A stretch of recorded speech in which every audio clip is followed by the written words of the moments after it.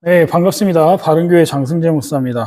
오늘 하나님의 말씀의 제목은 답이 보이지 않아도 라는 제목으로 하나님 말씀 나누도록 하겠습니다. 요나단의 진심 어린 설득과 변호로 다윗을 제거하라는 명령은 철회되었는지 8절과 9절을 보니까 사울의 왕궁에 들어와 다시 전쟁에 출전하는 모습을 보여주고 있음을 알 수 있는데요. 다윗은 이번 전쟁에서조차 블레셋 적군들을 크게 쳐 죽였다라고 나옵니다. 사울은 블레셋의 패배가 자신의 왕자를 더욱 안전하게 만들었다는 사실에 크게 기뻐했어야 옳은 행동 아니겠습니까? 그런데 사울에게 있어서 다윗의 성공은 블레셋의 패배로 인한 기쁨보다는 괴로움을 안겨주고 있음을 알 수 있다는 것을 보여줍니다. 다윗을 보는 순간 속이 또 뒤틀리고 시기와 분노가 차오르기 시작한 것 같아요. 9절을 자세히 보시면 다윗이 다시 왕궁으로 들어와서 사울에게 병도 주고 약도 주는 그를 위해서 수금을 타는 모습을 보여주는데요. 이 모습은 18장 10절과 11절에서 나온 내용과 비슷한 상황임을 말해주고 있습니다. 그런데 오늘 본문과 18장에서 나온 상황은 같을지 몰라도 내용은 조금 다른 걸 알 수 있어요.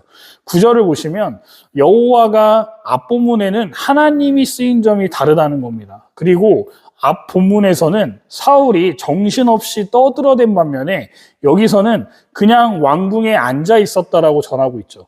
그리고 가장 큰 차이점은 앞 본문에서는 다윗이 수금을 탔다는 내용 다음에 사울이 손에 창을 들었다고 언급했는데 오늘 본문에서는 수금을 타기도 전에 이미 사울 손에 뭐가 들려있다고 하냐면 창을 들고 있다라고 언급하고 있어요. 그러면 이 본문을 읽는 독자들은 사울이 언제 창을 다윗에게 던질지 모른다라는 이 긴장감을 우리에게 주고 있는 상황이었다는 것이죠. 앞에서는 사울이 다윗을 벽에 박겠다는 생각을 먼저 했다면 10절에서는 그런 생각 없이 곧바로 사울이 단창을 다윗에게 던졌다라고 나옵니다. 무엇을 말해주고 있는 걸까요? 사울의 자존감이 낮아서 시기와 질투의 화신이 되어버린 피해망상이 정점을 찍었다라는 것을 지금 보여주고 있습니다. 그런데 다행히 이번에도 다윗은 사울이 던진 창을 피했다라고 나와요. 아마도 다윗은 전에도 이런 일을 겪었기 때문에 수금을 타면서도 만일의 사태에 대비했던 것으로 보여집니다. 그렇다면 다윗이 무슨 잘못을 해서 이렇게 사울이 싫어하는 걸까요? 사실 아무런 이유도 없습니다. 다윗이 그냥 믿고 싫은 거예요. 그러니 다윗의 입장도 너무 난처하지 않았겠습니까? 그러면 도대체 어떻게 해야 사울이 다윗을 좋아해 줄까요? 무슨 짓을 해도 안 좋아할 겁니다. 다윗이 죽지 않는 이상은 말이죠. 왜냐하면 사울 본인 자신의 문제이기 때문입니다. 다윗이 어떤 일을 해서 사울의 마음을 다윗이 어떤 일을 해서 사울의 마음을 산 것이라면 해결책이 될지는 몰라도 다윗은 아무 일도 하지 않았기 때문이에요. 지금 사울 혼자 괜히 자신의 자존감이 낮아진 상태로 피해망상에 흔들려서 난리를 피고 있는 겁니다. 결국 사울은 주변의 모든 사람들을 잃게 됨을 알 수 있어요. 자신의 욕심과 탐욕이 결국 백성들뿐만 아니라 자신을 가장 소중하게 여겨주는 자식들과 다윗마저도 잃어버리게 됨을 알 수 있죠. 우리 사랑하는 성도 여러분, 우리는 사울과 같이 되지 않기를 바랍니다. 나를 위해 값없이 그저 사랑해주고 잘해주는 사람에게 우리는 똑같이 잘했으면 좋겠습니다. 저는 오늘 말씀을 통해 제 아내와 아들 예온이 그리고 딸 예린이 그리고 또 부모님에게 잘해야겠다라는 생각을 마음에 새기게 되는 것 같아요. 어쩌면 사울은 자신의 이런 모습도 가족이니까 이해해주고 받아줄 거라고 생각했을지도 모르겠습니다. 그런데 당연한 건 없다라는 거예요. 하나님께서는 사울을 포기하지 않으시고 지속적으로 그에게 회개하고 돌아올 기회를 아들 요나단과 다윗을 통해 그리고 자신을 왕으로 세워주었던 사무엘에게까지 권면을 받지 않았습니까? 사울이 이렇게 된 것은 전적으로 본인 책임이라 할 수 있어요. 우리도 주변에서 잘못된 부분들이나 이 부분만 고치면 너는 더 좋은 사람이 될 거야 라는 말을 우리가 들을 때가 있을 겁니다. 힘들겠지만 어렵겠지만 난 원래 이런 사람이야 라면서 네가 날 사랑한다면 받아줘야지 고집 부리지 마시고 하나님 안에서 고치고자 노력하는 저와 여러분들 되셔서 주변에 소중한 사람을 잃지 않는 지혜로운 사람들이 되시기를 주님의 이름으로 축복합니다. 물론 우리 주변에는 나를 값없이 사랑해주고 도와주는 사람도 있지만요, 싫어하는 사람도 있어요. 세상 사람들은요, 모두 다 저와 여러분들을 좋아할 수 없다는 것이 현실입니다. 그런데 문제는요, 좋아하지 않을 수 있는 거는 인정하겠습니다. 알겠어요. 그런데 그런 사람과 어쩔 수 없이 한 공간에서 생활해야 하는 관계들이 있다는 게 문제 아니겠습니까? 지금 다윗도 마찬가지였다는 거예요. 왕이 옆에 있으라는데 누가 거역할 수 있었겠습니까? 지금 우리가 사는 시대는 마음에 안 들면 그 공동체 안에서 그냥 나와버리면 됩니다. 이때는 그런데 왕의 말을 거역하면 죽는 거예요. 그러면 이런 우리는 어떻게 해야 되면 좋을지 다윗의 모습을 통해 교훈을 얻으면 좋겠는데요. 일단 첫 번째로 다윗은 그 자리를 피했음을 알 수 있습니다. 이 말을 들으시고 뭐 그러실 분은 없겠지만, 그래 나를 안 좋게 보는 사람이 있으니까 나 당장 회사 때려쳐야겠다 이럴 분은 당연히 없겠죠. 어쨌든 사울의 광기가 날로 심해지다 못해 이제는 더 이상 수금을 타도 변화되지 않을 것을 알고는 다윗은 그 자리를 피해버린 겁니다. 우리가 여기서 한 가지 꼭 기억해야 하는 것이 있다면 다윗은 사울을 대적하지 않았다라는 거예요. 쉽게 말해서 들이받지 않았다는 것이죠. 물론 직장 내에서나 학교나 우리가 속한 공동체 내에서 그 사람이 싫다고 때려칠 수 있는 사람이 몇이나 되겠습니까? 그럴 수 있는 현실도 안 될 거고요. 그러면 아무런 방법이 없으니 그냥 견뎌야 할까요? 저는 견디는 게 답이라고 생각합니다. 물론 혼자 감내하시라는 말씀이 아니에요. 주 안에서 견디라는 말씀을 드리고 싶습니다. 너무 원론적인 뻔한 이야기라 실망하셨을지도 모르겠는데요. 그게 정답 같습니다. 다윗을 보세요. 이미 수금을 통해 사울을 위로하고자 했던 다윗은 사울의 창던짐을 당한 바 있습니다. 죽임을 당할 뻔했단 말이에요. 그리고 공개적으로 사울이 다윗을 죽이라고 명령했다는 사실을 친구인 요나단을 통해 들었음에도 다윗은 어떻게 하고 있습니까?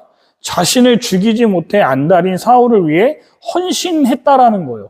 버티고 있었다는 것이죠. 그러나 여러분, 죽을 것 같은 상황, 정말 목숨의 위협을 받는 상황에서는 다윗과 같이 피해야 되는 게 맞습니다.